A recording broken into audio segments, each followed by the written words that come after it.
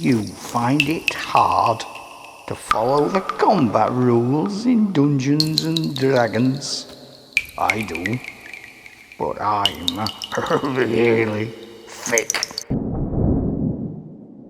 Only me, Galen. Galen's got Parkinson's. If you look at Dungeons and Dragons combat procedures, they are, in my opinion, plagued by tables and matrices. You need to calculate statistics. You need to decide what sort of attack you're making. Are you grappling? Are you parrying? You've then got to throw dice that equate to what you're trying to do. Then the Dungeon Master has a table that tells you what you need to damage particular pieces of armour.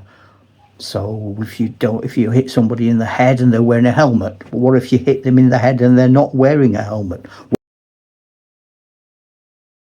What if you hit them in some other part of the body? It is, to me, complicated. And as a Dungeon Master who introduces the game to new players, young players, people who have heard the term Dungeons and Dragons, never played it, just don't know what to do. I've simplified that. And I've simplified that by adapting a system from another game I play, a historical skirmish game called Test of Honor. I haven't checked on eBay today. The dice are £12.29. So it's January 2026. So it's less than £13 for 8 dice. You might already have similar dice that do a similar job.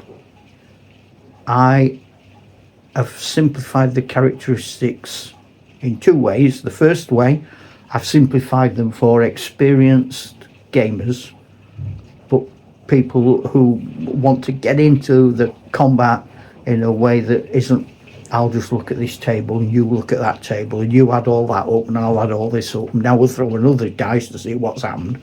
I want my combat to be narrative.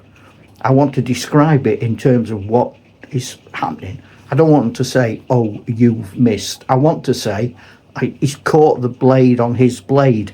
There's a clash of steel. Sparks fly. The man steps backwards. I want to tell the story, which gets to the end result, rather than go, no, you missed. He's going to bash you now. I need the narrative. These dice enable me to have the narrative. So cold-bloodedly, I have a chart in my head which says the worst of the creatures that you meet, by that I mean least competent, I get 2 dice. Now, this is for everything. So if you were a relatively stupid character, you'll get 2 dice if you're doing an intelligence test. If you are a particularly intelligent character, you might get 4 or 5, whatever. If you are strong, you'll get more dice in a strength situation than perhaps a pickpocket who gets more dice in a stealth situation. But all they need to know is I'm throwing 4 dice. I quickly look at it. You've got 3 swords. I can now describe what's happened as a result of you throwing 3 swords. And I can also, if I want to, I can interpret it. So at the moment, let's say I give 3 dice to a human for everything. For a dwarf, I'm going to give them extra dice for strength, but I'm going to reduce their dice for dexterity. I'm going to say they're very strong, but they're not particularly nimble and subtle. Wizards need more dice to cast their spells, but that's going to depend on their level of ability. So a magic user instantly gets an extra dice for intelligence. If he's gone through the whole university process, I'll give him an extra 2. And then depending on how old he is and what other spells he's acquired, I might give him an extra 1. The same with the cleric. If he's doing what he's specialised in, I'm a healer. What are you doing? I'm healing. I'll have a dice. What are you? I'm a cleric. Well, what's your specification? I'm a healer. And what are you doing? I'm trying to interpret these runes. Give us a dice back then in that case. That's not going to happen. And I'm going to show you sort of an example of how that might work in a combat situation. Staying with me so far? Well done. I'm going to throw some dice to see how good the next bit is. So here we have a dwarf. Miniature figurines, 1970s sword and sorcery. And I'm going to say, if I'm doing the simplest of my games, he gets 4 test of honor dice. And when he attacks or tries to do anything, he needs to get 3 of the swords, which you can see there now. He's got 2 swords on the white dice, 1 sword on the red dice. There's a blank. Cross means that's you've made a mistake. You get more crosses than swords, that's a fumble of some description.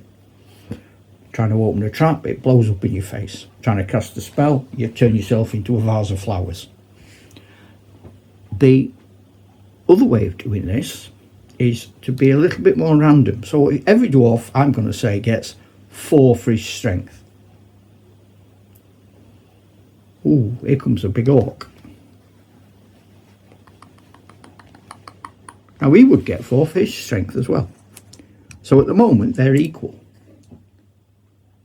And they have the same dexterity. But I can make that more subtle at the start. So the way I can make it more subtle is I can throw D6s. So I'm going to throw 4 D6s for the dwarf's strength. I was going to say hopefully they'll stay where you can see them. Of course they don't. Now for every 4 points they're going to get a test of honor dice. So there's 1. There's 1. I'll take 4 and I've got 2 left over. There's 1 and I've got 1 left over. There's 1. 4 points. 1 left over, but that's it. You don't get anything else. So the dwarf gets 4 points. Let's see what the large orc type character gets. Thought I'd done well then for a minute.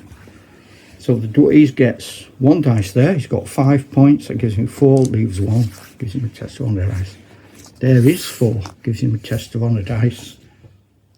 He's only got 3 left. It gives him nothing. So now we've got 4 dice for the dwarf.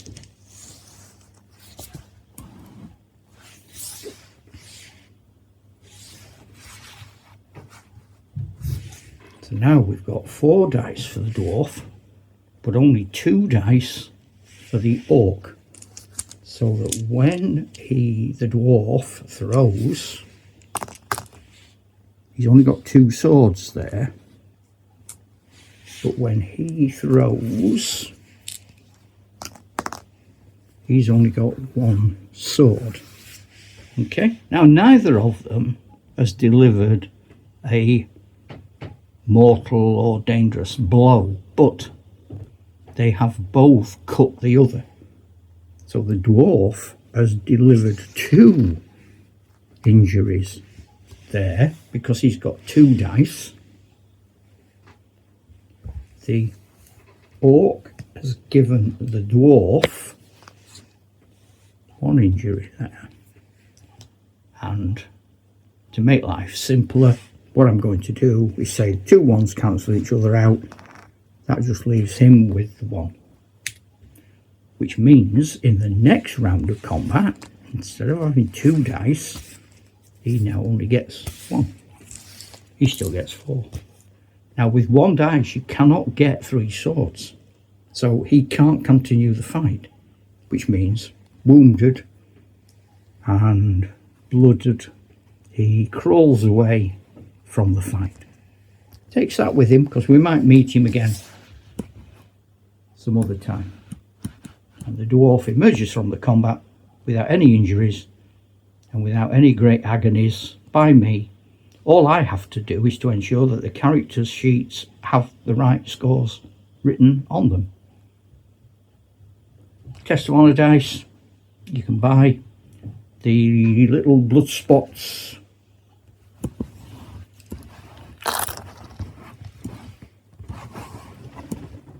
They're also from Test of Honour. Take off 1 dice for every blood spot. When you've only got 1 dice left, you can't get 3 blood spots, so you crawl away even if you're not dead. Recap. Throw Test of Honour dice, or whatever you like, but I'm going to say throw Test of Honour dice.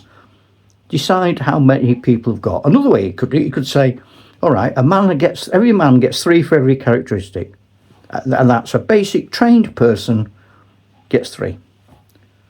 Is the character that you've got a lesser goblin? Is he worse than that? Give him 2. Is he the same? Give him 3. Is he better? Give him 4. Now, I am not in a position to create for your world artificial rules. You do that. In my world, I know what I think. In your world, you've got to decide. There's no way of telling you. And the other nice thing about the Test of Honour dice, although it becomes difficult to conceive of, if you had a halfling with 2 dice, he could still get 3 swords, which is a damage on the damage chart. If you're a giant with 8 dice, you might not get 3 swords. So in theory, the lowest creature, the lowest player character, the lowest non-player character could defeat the highest, so long as they're still able to get 3 swords, i.e. have got 2 dice. Just my thoughts and opinions. And I do it because most of the people I dungeon with are new, and by the time they're not new, they've got into this way of playing, and it's the norm, so we carry on doing it. Oh well. Ta-ra, Chuck.